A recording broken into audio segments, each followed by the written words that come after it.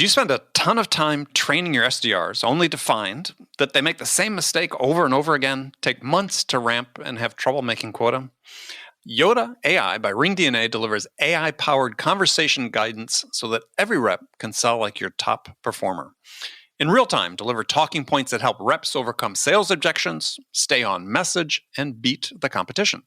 You'll never have to endlessly repeat sales advice to reps again. It's easy to set up, easy to customize, and comes with out-of-the-box coaching best practices. Turn your team into a revenue-driving machine today with Yoda AI by RingDNA. To learn more, visit ringdna.com/Yoda. That's ringdna.com/YODA.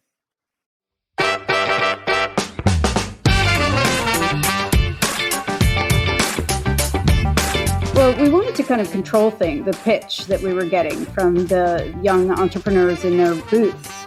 So you can't really walk the floor and be pitched to again and again, or your time will all be stolen away from you and you won't actually end up learning anything.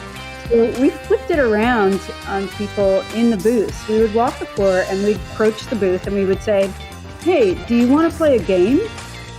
And usually they would, and we'd say, this will just take 2 minutes of your time.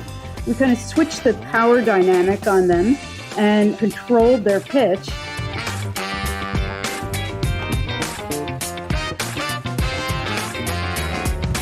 Hi, friends. Welcome to the Sales Enablement Podcast. I'm your host, Andy Paul. Joining me today as my guests are Susanna Camp and Jonathan Littman. They are the co-authors of an interesting new book titled The Entrepreneur's Faces: How Makers, Visionaries, and Outsiders Succeed. So yeah, it's a book full of compelling stories about entrepreneurs. But what struck me was really a guide for personal development, specifically for sales professionals, not surprisingly, given I look at things through that lens quite often. And as sellers, we are all mini entrepreneurs in how we manage our sales territory. And in our conversation, we talk about what Jonathan and Susanna call a fresh, human-centered model for transformation. And we dive into why it's essential at the start of your journey to truly understand who you really are and what other types of people speak to you and the challenges you help solve. And this is so true for sellers. Who are you? And we dig into how the entrepreneurs whose stories they profile symbolize what they believe is a revolutionary movement in how people today can take charge of their lives and their careers, and how you too can take proactive steps to take charge of your life and your career. We get into this and much, much more. It's a really fun conversation. But before we get to Susanna and Jonathan, I want to remind you to subscribe to this podcast wherever you listen to it. And if you subscribe, we'd certainly appreciate it if you could also give us your feedback about how we're doing in the form of a review. So thank you. All right, let's jump into it. Jonathan, Susanna, welcome to the show. Great to be here, Andy. Thanks for having us. Thanks, Andy. My pleasure. My pleasure. So this might sound like deja vu, but where have you been sheltering during the pandemic? We're near San Francisco, right near the Golden Gate Bridge, over in Marin County. We're not going into San Francisco very often. This little crisis we have lately. Yes, I've heard of it. Yeah.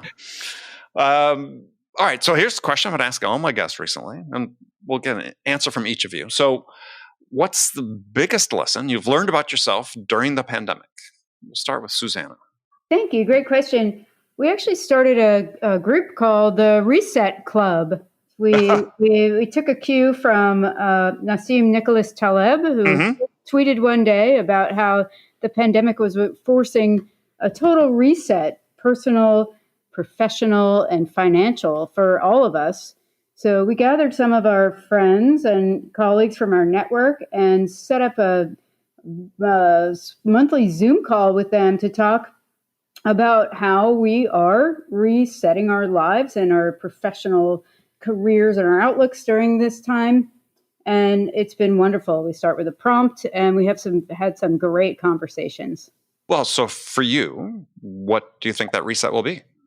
I've been studying instructional design. I'm getting a certificate at Harvard Extension. So I have been thinking a lot about how we are all teachers. It's not just the teachers in front of the class or even the instructional designers creating the digital courses, which I've been doing. There were many, many opportunities to create lasting, enduring understandings that really help people to change their lives and keep learning as lifelong learners. And writing is another one of those things for me, ways that you can teach. Well, and I think that, at least I believe this is true in sales. I think it's always been the case, but it certainly, I think, is more pronounced now, is this, to your point, is this need for becoming a continuous lifelong learner. If you're not, you are going to get left behind. Yeah, indeed. And how about you, Jonathan? Well, we had this little thing where we were actually up in Lake Tahoe, and suddenly shutdown of everything. And we had a book, which we were coming toward finishing, The Entrepreneur's Faces, our new book. And the expert told us, you can't publish in a pandemic. Just forget it. Because why? Because people are at home. What do they have to do but read? Well, because there was an election. You might have heard there was an election coming. Oh, yeah. And a lot of times people will say no. They'll tell you not to try a new way to sell something. They'll tell you to wait. And we decided we would go ahead. We actually discovered, to our joy, that more companies have been started in the last 4 months than the last 13 years. It's a huge amount of new startups and new businesses.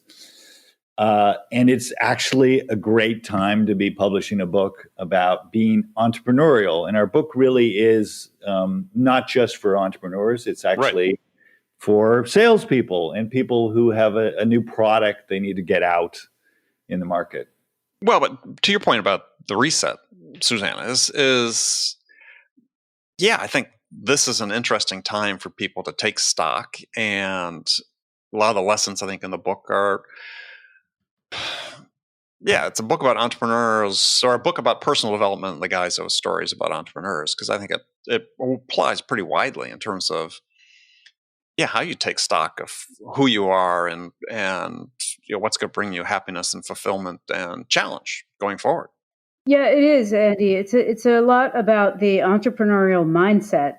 How can you kind of approach your life or your career or the task at hand with a kind of experiential learning by doing. Mm-hmm. So all of the entrepreneurs in our book had to wear multiple hats, as entrepreneurs do, kind of switching back and forth between salesperson to business development to leader and manager to everything else that they need to do to kind of keep things going while building a team to help fill in those roles with other people. Well, I think it mirrors to some greater degree these days than perhaps before is challenges just facing people during the pandemic, right? Is if you're a young couple of young kids, school-age kids at home, and you both have jobs, and suddenly you've become a different type of business person. You've become an educator. You've become, these other roles certainly got thrust upon you, and it requires a different perspective. And tech support. Right. There's a lot of tech support, right? I forgot about tech support, right? And we have to sort of break out of these old traditions, right? So if you find your office is now your home, you've got to come up with actually new rituals and new habits. We think there've been a lot of bad habits that we know we've acquired, and part of our Reset Club was searching for better habits and better techniques. And one of the things we really believe in is connecting with other entrepreneurial-minded people, because then you may find ideas for your new offering, this new product you have, because you're getting outside of your bubble, which now actually might be your living room. Mm-hmm, mm-hmm. And for many people, I think it is. Yeah. All right. So just so we let people know, we're talking about your new book titled "The Entrepreneur's Faces: How Makers, Visionaries, and Outsiders Succeed," and we just profiled 10 founders sort of moving through these 7 stages you identified that entrepreneurs sort of pass through in order to bring their ideas to fruition. And as I said, I really enjoyed the book because I read it less as a book about startups and more about personal development, transformation to some degree. And I think everybody's sort of confronting that idea now. And to your point is are we going to go back and sort of resume, sort of the same habits we had before, or are we actually going to do something different? I think we're going to do something different because we are, and because we can see this is a year and a half to a 2-year to a 3-year phase of Sure. this crisis, and could very well be right. Right, and so habits change during that time, and the big thing we discovered here is Susanna and I both were seeing this growth in startups in San Francisco, and we realized there wasn't one kind of entrepreneur. And we actually traveled a lot in Europe, 15 different countries, and we found these different types. The one that's probably has something to bear very directly with a sales angle is the evangelist. But we have other great types which we think bear. We call the maker, the prototyper. We have a type we call the athlete. Yeah, the maker prototyper is, of course, very needed right now during the pandemic because they are the ones who will prototype new things. We've seen all kinds of new products being developed right now from the new pain points that are popping up everywhere. Yeah, well, it's certainly to your point about growth in startups. I mean, there's always sort of this correlation, I think, that over time with extra economic disruption that frees people up to become entrepreneurial, right? Because quite frankly, there are a lot of people that lost their jobs, furloughed or whatever. It's maybe the only path, right? Yeah. Well, it has, and I think for to your point about startups, is people doing that, instead of being a gig worker at some sort, is take control. Well, actually, we saw this in Portugal. We spent a lot of time in Portugal the past couple of years and became really close to many people in the ecosystem there.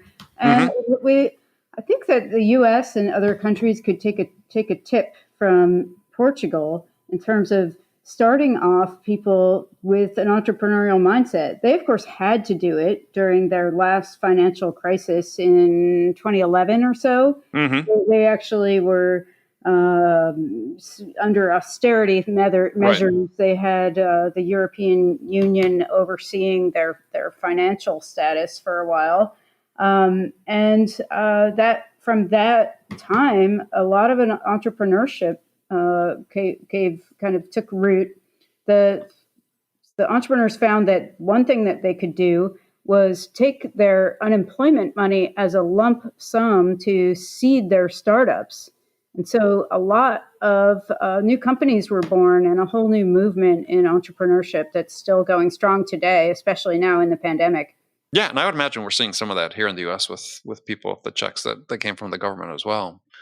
So a question for you is because a lot of this, we talk about entrepreneurs, the talk invariably sort of trends toward this idea of what success is. So for these entrepreneurs that you profiled, what was success? Because I think this is another thing that is a sort of result of the outgrowth of the pandemic, is sort of redefining some of these sort of fundamental terms we sort of talk about, because life has changed so dramatically. Do we define success differently than we did before? I think it's a great question. I think in our 10 entrepreneurs, we didn't want to just have 25-year-old, billionaires, right? We right. You didn't either. No, we didn't. Although many of them are very successful, even in monetary terms. I think they're all successful in that they were bold and they had something they believed in. We have everything from a sort of restaurateur who created the largest food truck parks. Right, in San Francisco, right? In San Francisco, in the world. Very entrepreneurial. He's actually a conductor, a platform builder. He doesn't actually own a single restaurant, right? He created this platform. Mm-hmm. And we have a young woman who, gave up a great career in TV at like 25 and then went to Singularity, also here in the Bay Area, and was inspired to create really the first global platform to be able to work anywhere in the world, to simplify the whole visa and hiring process. Right. And I think the beautiful thing of these 10 individuals is they had a dream of a specific product. One guy got fired, which we've kind of talking about this with the pandemic. He found himself on the street one day. It really happened that fast, and he was a vice president at Deckers, a big shoe brand. Right. And he had this dream of a different way of working, which we actually would advise people to check out. It's called a fluid stance. And he dreamed up this board that you can stand on, a balancing board, while working. And it's not a toy. It's very advanced. And we could talk later, but he had to do some amazing sales to make this happen. And I think in each of these 10 stories, the thing that separates them is they just threw themselves into these new products or businesses.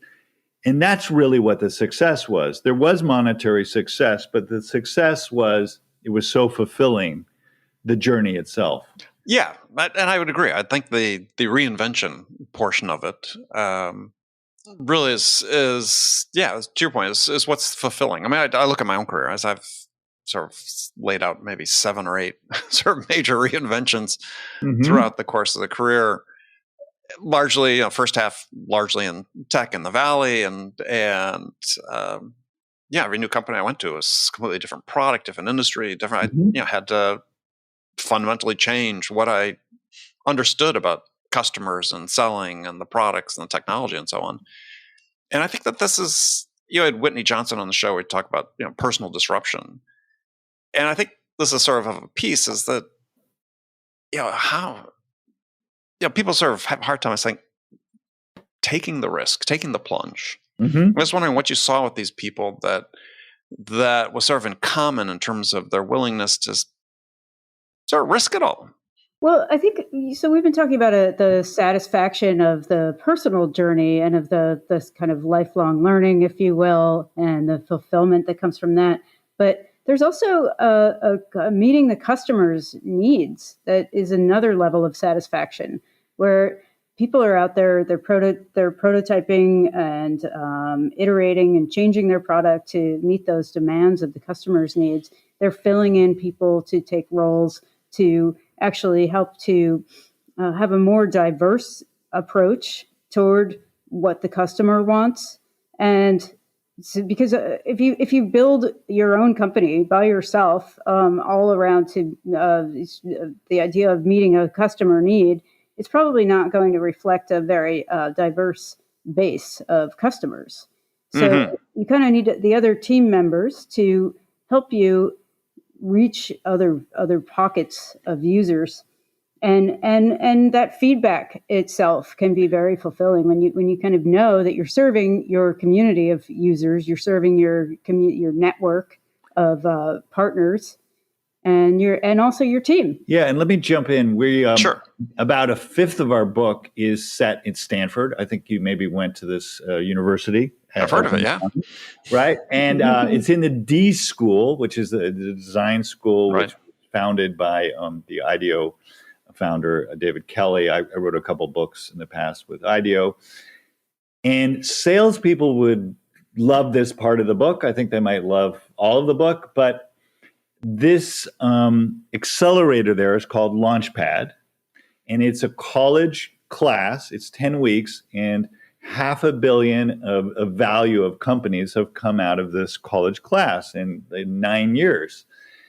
And the reason is they prototype selling. It's very interesting because a lot of accelerators are prototyping, pitching, right? The idea that you just pitch and you get money and there's a happy ending. And we all know that's kind of a fantasy most of the time. Yes.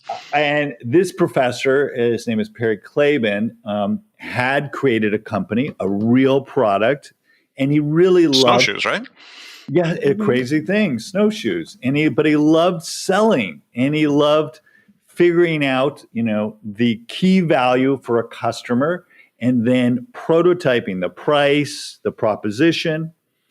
So, we got to attend this for 2 years, this incubator, And really what astounded us, it was so different from other accelerators. You've heard of the famous Y Combinator. Sure, 500 startups, all those, yeah. Here, he would make college kids who really couldn't sell anything, right? They couldn't sell actually lemonade, and they actually have a whole exercise where they have to sell lemonade, and they figure out if they create a better proposition, they can make thousands of dollars in an hour selling lemonade, right?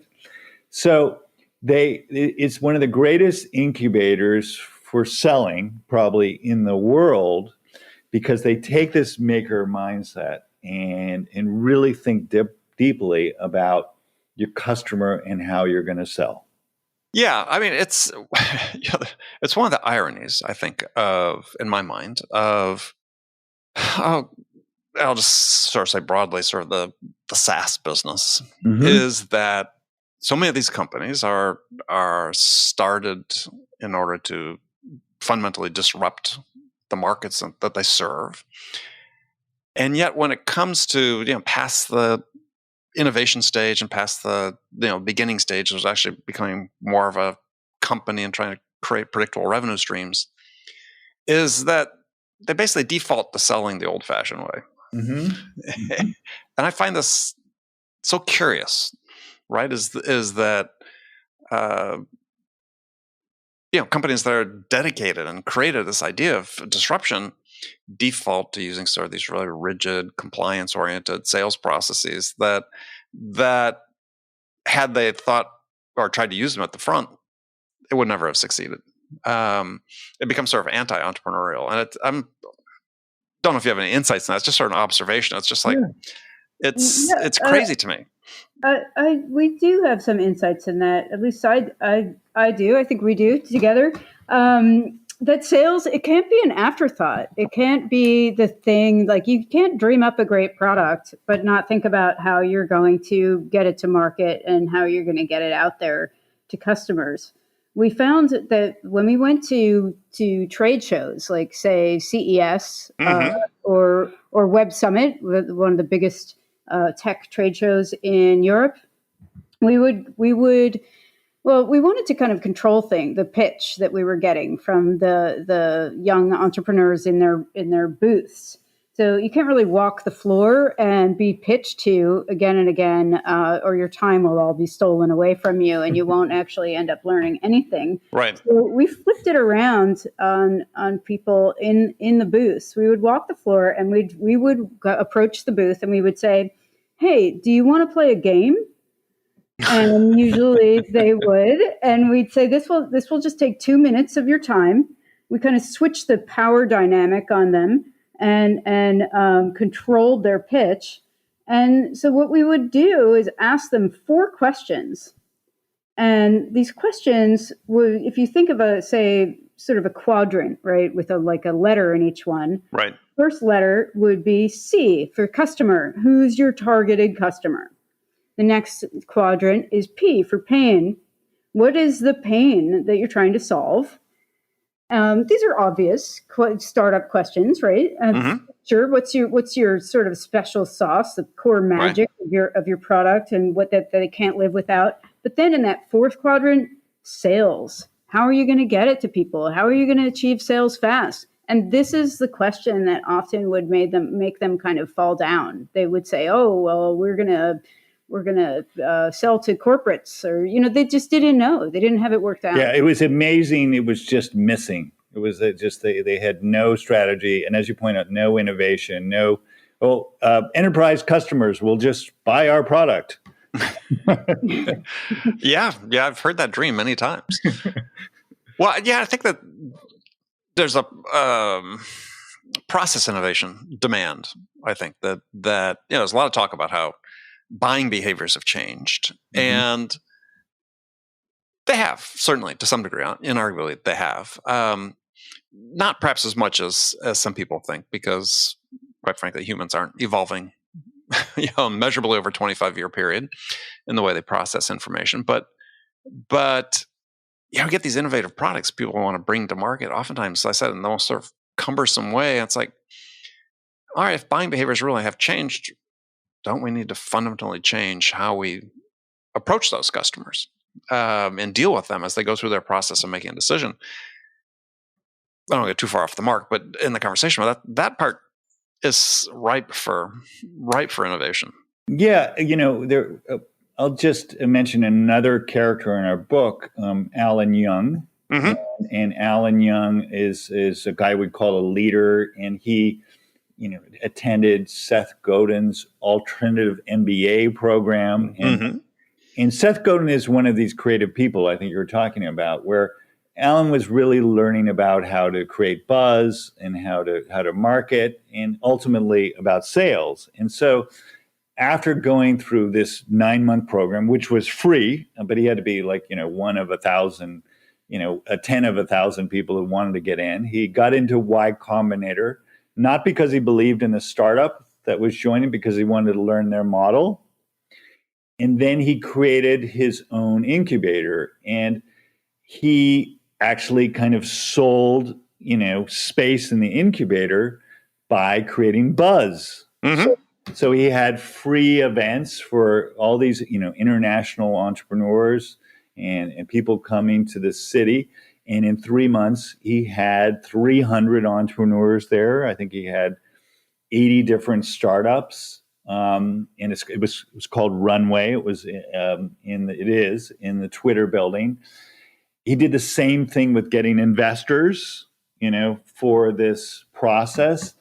And after he did this model, he actually created a different incubator, which was all about sales, because he realized that, when startups start to prove out their tech, they do need more people. They do need to sell. So he created a completely different incubator around selling. And I think that is still missing in the world, that there's a stage that a company moves to where it's really about customers and customer acquisition, but there isn't a really good creative, support for that yet in the world.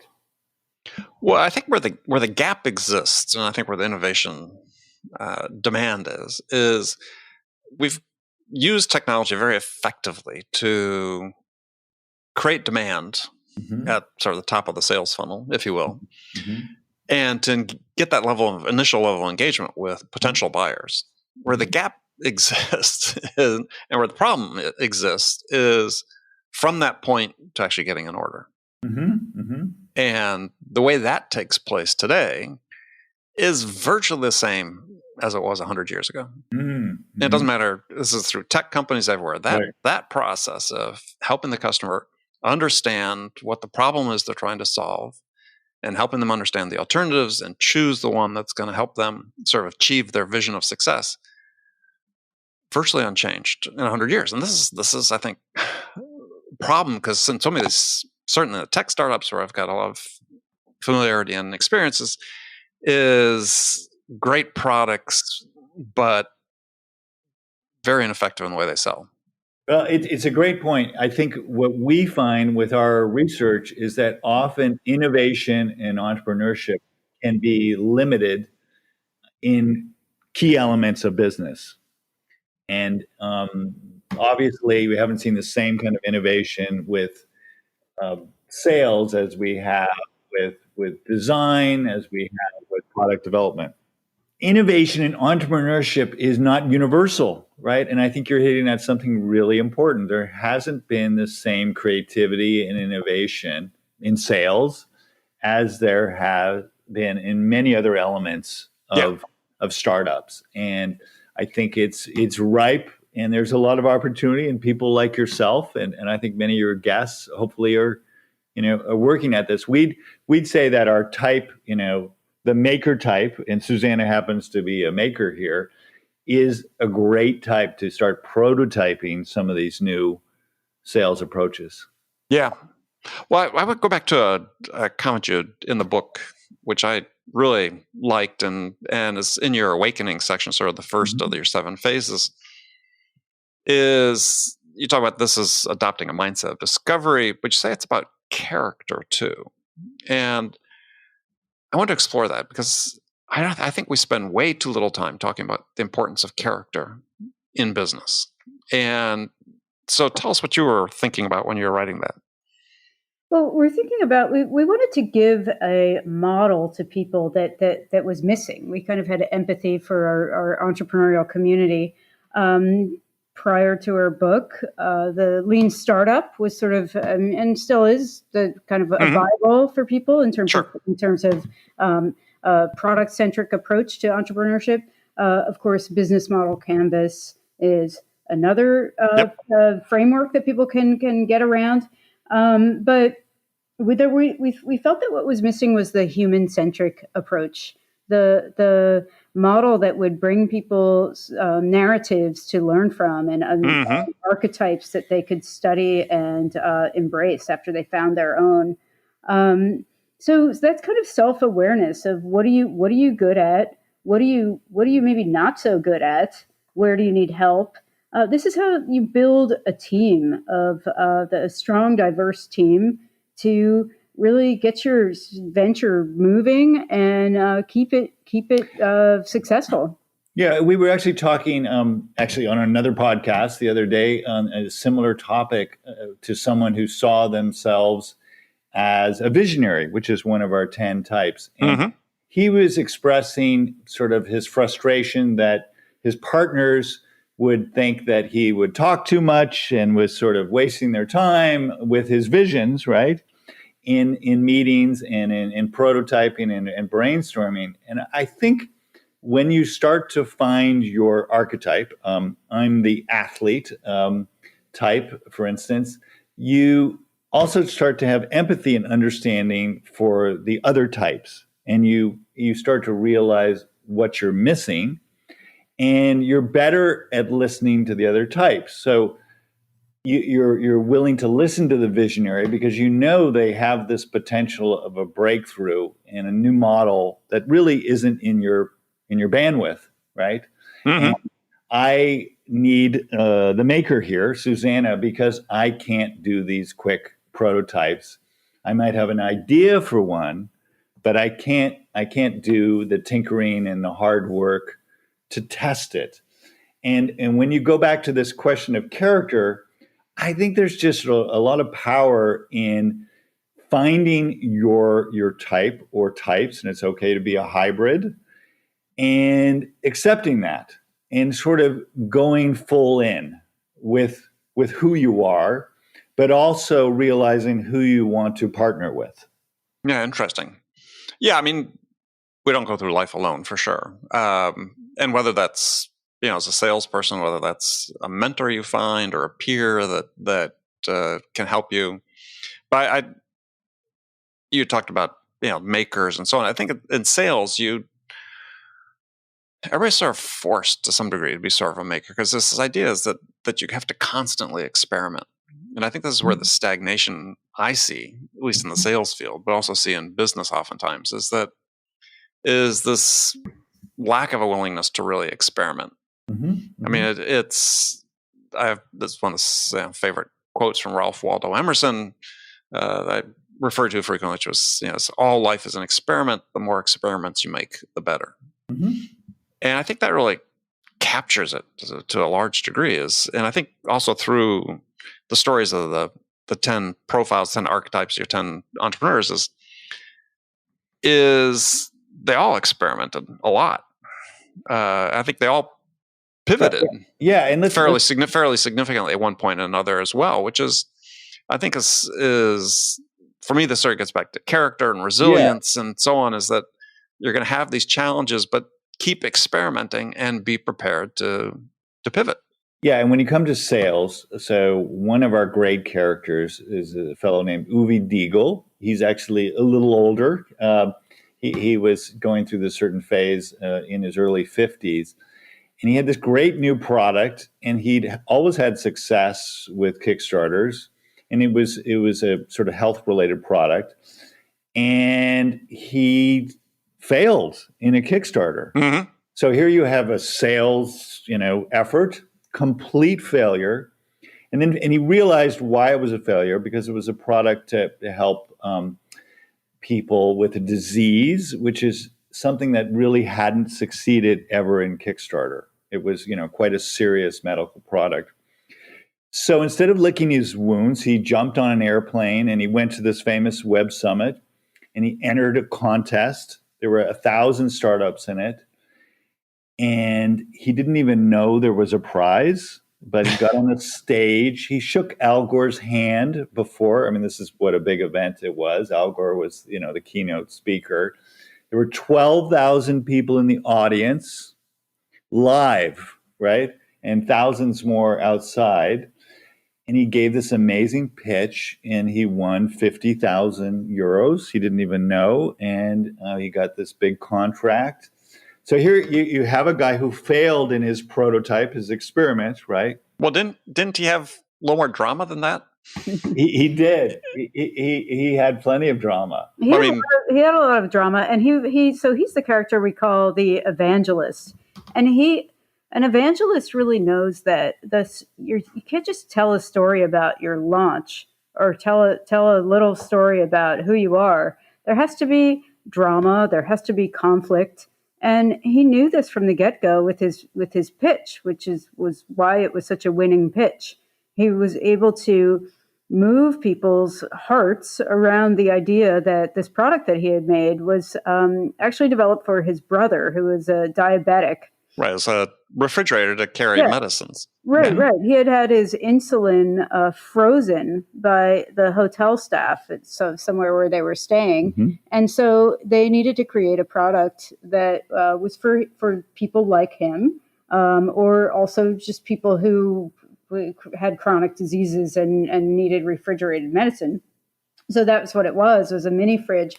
But he really got that that the story is really one of the most important ways to sell the product. Yeah, and he built up this company years before thinking about the story of it, years before he'd actually be able to even sell it. Mm-hmm. And we actually call him Mr. Cool because he makes these refrigerators. Right. And Mr. Cool is now coming to the rescue actually for COVID. And creating refrigeration to carry vaccines as we speak, because he has different products that cool. So his bags will be carrying vaccines in a few weeks around Europe. So he's a pure storyteller salesman. So I think that's something we would maybe encourage your listeners, is that part of the story, and people like that. There is this creative aspect of selling, which is, moving, as Susanna mentioned, sort of hearts and minds, and figuring out things that are beyond, data and beyond, the obvious, product feature and benefit. And this guy is a master. Yeah, and I think that at least based on my reading of his story, and so on too, is that. But he was telling a sort of specific story, and one that I emphasize a lot when I'm working with sellers, is that there is this emphasis on becoming a storyteller, but these days everybody wants to give sellers stories to tell. And the most effective story, as you referred to, is the story of the person listening to you. Mm-hmm. Yeah, if you can help them envision what success is for them. Mm-hmm. I always think back to this quote from John Steinbeck. He says, if the story isn't about the listener or the reader, then they're not going to be interested. Paraphrasing it, but I think that's such a critical thing when you're trying to do something new. Is you have to put the person in the frame, right? It has to be their story of success. It's called the WIFM, right? The what's in it for me. Yeah, to some degree, yeah. Yeah, you need to actually put the user first and tell them why they need to care. Exactly. All right. Unfortunately, we're running out of time. But so if people want to learn more about your book and connect with you, what's the best way for them to do that? Well, they can find the book on Amazon. So again, it's called The Entrepreneur's Faces: How Makers, Visionaries, and Outsiders Succeed. We also have a website, theentrepreneursfaces.com, which I, as a maker, built, and I built a little quiz there where you can find out your own type, and then share that with us, or share that with other people on social media. And of course, we're on LinkedIn and we're on Twitter.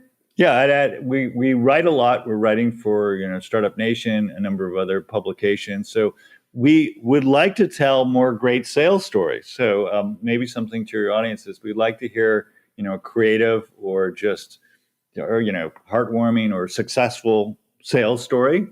And we think it's going to be an amazing time in the coming months in terms of business. Excellent.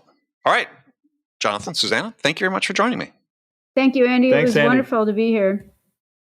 Okay, friends, that's it for this episode. First of all, I want to thank you for taking the time to listen. I'm ever so grateful for your support of this program. And I want to thank my guests, Jonathan Littman and Susanna Camp, for sharing their insights with us today. If you enjoyed this episode, please subscribe to this podcast, Sales Enablement with Andy Paul, on iTunes, Spotify, or wherever you listen to podcasts. And if you could also leave us a rating or review and let us know how we're doing, well, we'd appreciate that. And you can do all that on your phone in less than a minute as soon as this episode is over. So thank you for your help, and thank you so much for investing your time with me today. Until next time, I'm your host, Andy Paul. Good selling, everyone.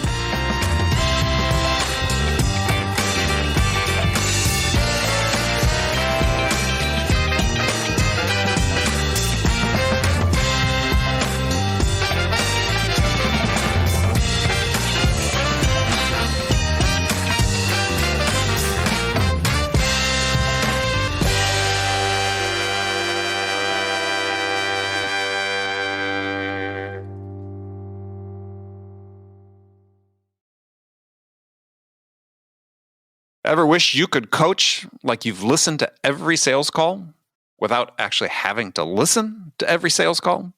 Conversation AI from RingDNA uses the power of artificial intelligence to help busy sales managers know exactly where to focus their coaching efforts. Learn which talking points are working and which are falling flat, ramp new reps faster, and help your entire team master the art of conversation. Unlock your team's full potential with the power of AI.